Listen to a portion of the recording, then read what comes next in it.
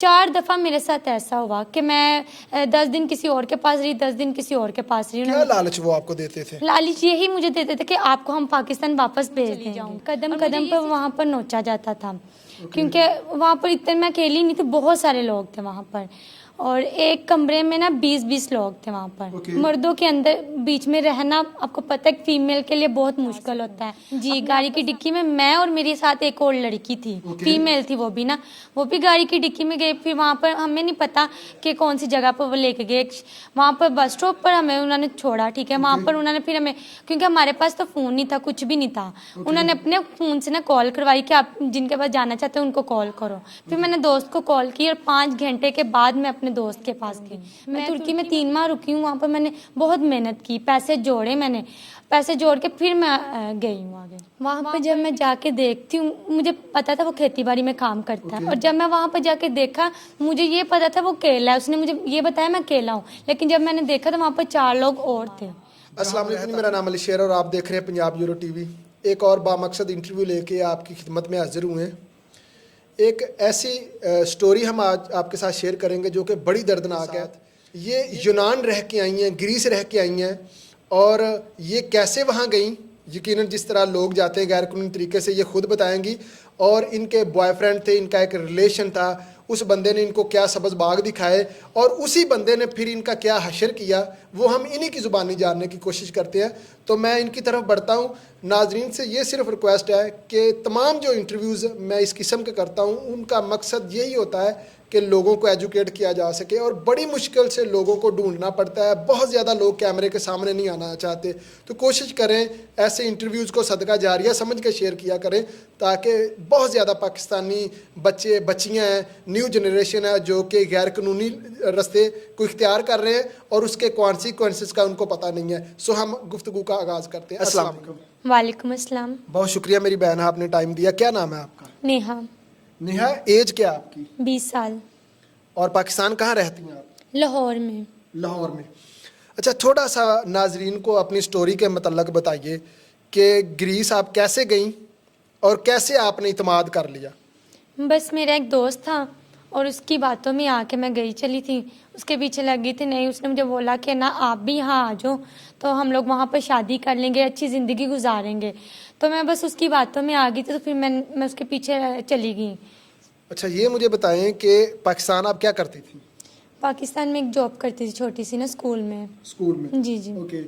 तो एजेंट कैसे मिला? उसी बॉयफ्रेंड ने, उस दोस्त ने आपको ढूंढ के दिया या आपने खुद फाइंड आउट किया?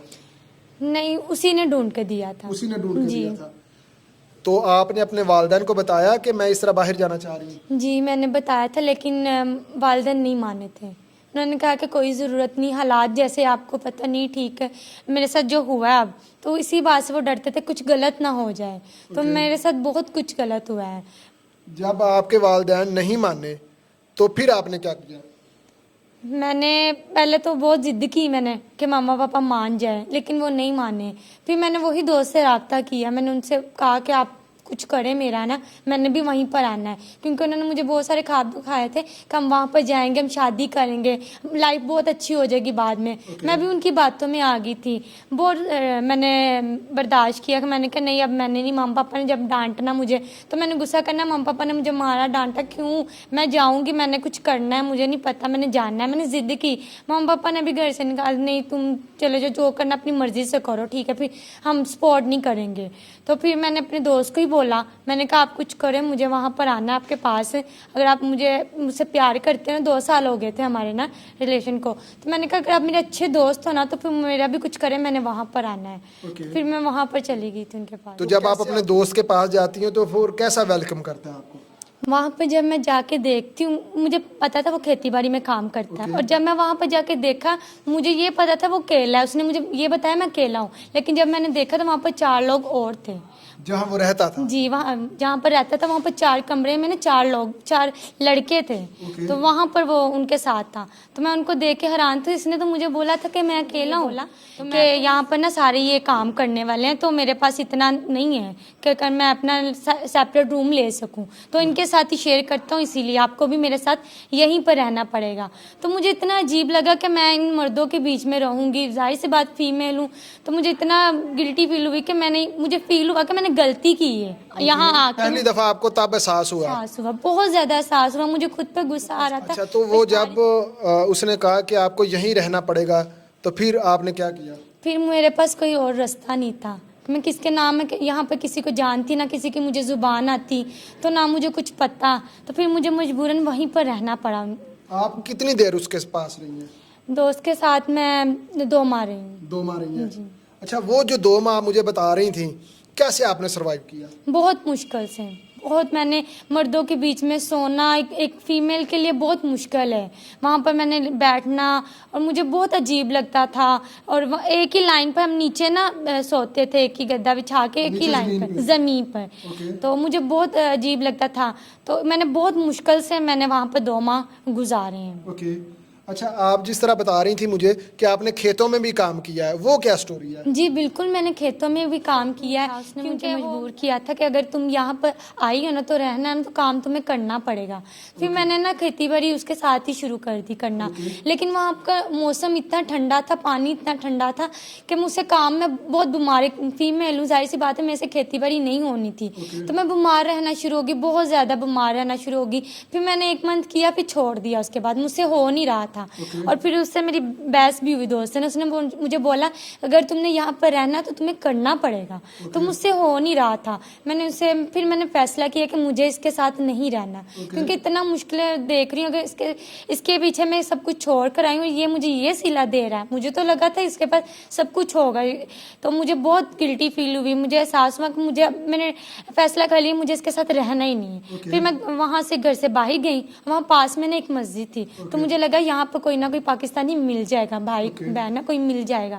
وہاں پر پھر ایک نا بھائی سے بات ہوئی، تو میں نے انہیں بولا کہ میں بھی پاکستانی ہوں، آپ میری ہیلپ کریں کسی بھی طریقے سے نا، مجھے پاکستان بھیجے، کیونکہ میرے پاس بھی ڈاکومنٹس نہیں، پیپر، اور نہ اس کے پاس تھے. تو میں نے کہا میرے پاس پیپر نہیں، اب سے کچھ بھی ہوتا ہے کسی بھی طریقے سے نا مجھے یہاں سے نکال دیں. انہوں نے مجھے کہا کہ آپ 10 دن میرے طرف، مطلب وہ مجھے اپنے پاس لے گئے. انہوں نے مجھے 10 دن اپنے پاس رکھا، اور میرے ساتھ غلط بھی کیا انہوں نے. اور مجھے 10 دن اپنے پاس رکھ کے پھر کسی اور کے پاس مجھے 10 دن بھیج دیا. 4 دفعہ میرے ساتھ ایسا ہوا کہ میں 10 دن کسی اور کے پاس رہی، 10 دن کسی اور کے پاس رہی. کیا لالچ وہ آپ کو دیتے تھے؟ لالچ یہی مجھے دیتے تھے کہ آپ کو ہم پاکستان واپس بھیج دیں گے، اور مجھے اسی چیز کا تھا کہ میں واپس اپنی ملک میں چلی جاؤں گی. آپ جس طرح بتا رہی ہیں کہ وہ اگر آپ کے ساتھ زیادتی کرتے تھے تو آپ پولیس کے پاس کیوں نہیں گئی؟ میں پولیس کے پاس نہیں گئی، میں ڈرتی تھی کہ میرے پاس تو کوئی پیپر بھی نہیں ہے. اور وہ لوگ بھی مجھے ڈراتے تھے کہ تیرے پاس پیپر نہیں، وہ تجھے اریسٹ کر لیں گے، کچھ بھی غلط نہ ہو جائے. مجھے یہ لوگ بھی ڈراتے کہ تو پولیس کے پاس جائے گی تو تجھے وہ اریسٹ کر لیں گے. 2 سال کے نا غیر قانونی میں آئی ہوں نا، میرے پاس پیپر نہیں تھے، تو مجھے اریسٹ کر لیں گے. مجھے یہ تھا کہ میں 2 سال جیل میں رہوں گی، میرے پاس تو کوئی پیپر ہے نہیں، میں کیسے پاکستان جاؤں گی. میں اسی وجہ سے پولیس کے پاس نہیں گئی. اچھا، پھر آپ نے کیا ڈیسائیڈ کیا؟ پھر میں نے یہی ڈیسائیڈ کیا کہ میں نے جو بھی کرنا ہے میں خود کروں گی. اور پھر میں نے انٹرنیٹ پر ریسرچ کی، اور آئی تھنک IOM ایک ادارہ میں نے ان سے رابطہ کیا. اور پھر 15 دن نا انہوں نے مجھے اپنی رہائش دی وہاں پر رہنے کے لیے نا. اور انہوں نے بولا کہ اب ہمیں کیسے یقین ہے کہ آپ پاکستانی ہو. ٹھیک ہے، میرے پاس کوئی ڈاکومنٹ نہیں تھے. پھر میں نے پاکستان سے وہاں سے اپنا پاسپورٹ منگوایا، پھر ان کو دیا، انہوں نے پھر میری ٹکٹ کروائی، پھر میں واپس آئی. تو کتنا ٹائم لگ گیا ٹوٹل آپ کو واپس آنے میں؟ 15 دن لگ گئے تھے. تو 15 دن آپ کہاں رہی؟ مجھے انہوں نے رہائش دی تھی، وہ ادارے نے نا، انہوں نے مجھے، میں ان کے پاس ہی رہی تھی. انہوں نے میرے کھانے پینے کا سارا خرچہ انہوں نے اٹھایا تھا میرا نا، اور میں ان کے پاس سیف رہی تھی. اور جس پہ آپ اعتماد کر کے گئی تھی وہ لڑکے کو آپ پہلے جانتی تھی یا انٹرنیٹ پہ کوئی دوستی ہوئی تھی؟ نہیں، انٹرنیٹ پہ دوستی ہوئی تھی. انٹرنیٹ پہ دوستی ہوئی جی تھی. پچھتاوا ہو رہا ہے جو آپ نے قدم اٹھایا تھا؟ بہت زیادہ ہو رہا ہے. جو لوگ آپ کو دیکھ رہے ہیں کیا میسج دینا چاہیں گی، اسپیشلی پیرنٹس کو اور ان بچیوں کو جو اس راستے جانا چاہتی ہیں؟ میں یہی میسج دوں گی جو بھی مجھے دیکھ رہا ہے اس ویڈیو میں، जो भी बहन भाई मुझे देख रहा है, मैं स्पेशली फीमेल के लिए ये मैसेज दूंगी, किसी की बातों में आपने नहीं आना, क्योंकि आजकल फेक है सब कुछ, इंटरनेट भी फेक है। लोग बातों में लेके आते हैं लड़कियों को कि आपसे हम शादी करेंगे, भाई आपको लेके जाएंगे, ऐसा कुछ नहीं होता, क्योंकि मेरे साथ हुआ है, मैं आपको दिखा रही हूँ, और मैं नहीं चाहती कि कोई और लड़की मेरे तरह ऐसे पछताए। अभी आप अपने घर में रह रही हैं, आप मुझे बता रही थी कि आपके वालिदैन ने एक्सेप्ट नहीं किया, तो अब आप किस तरह सर्वाइव कर रही हैं?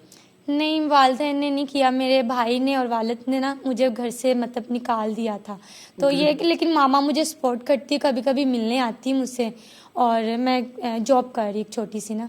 क्या करती हैं आप? मैं टीचिंग कर रही हूँ। टीचिंग कर रही हैं? जी जी। और क्या कमा लेती हैं आप? 18,000। हो सकता है कि ये इंटरव्यू देखने के बाद कोई ये रास्ता इख्तियार ना करे या अपना फैसला चेंज कर ले। जो भी लोग गैर कानूनी जाना चाहते हैं तो हमेशा कानून के मुताबिक जाएं, लीगल वे को चूज़ करें, उसी में आपकी रिस्पेक्ट है और आपकी सेफ्टी है और आपके मुल्क की इज़्ज़त है। इसके साथ हमें इजाज़त दें। पाकिस्तान पाइंदाबाद।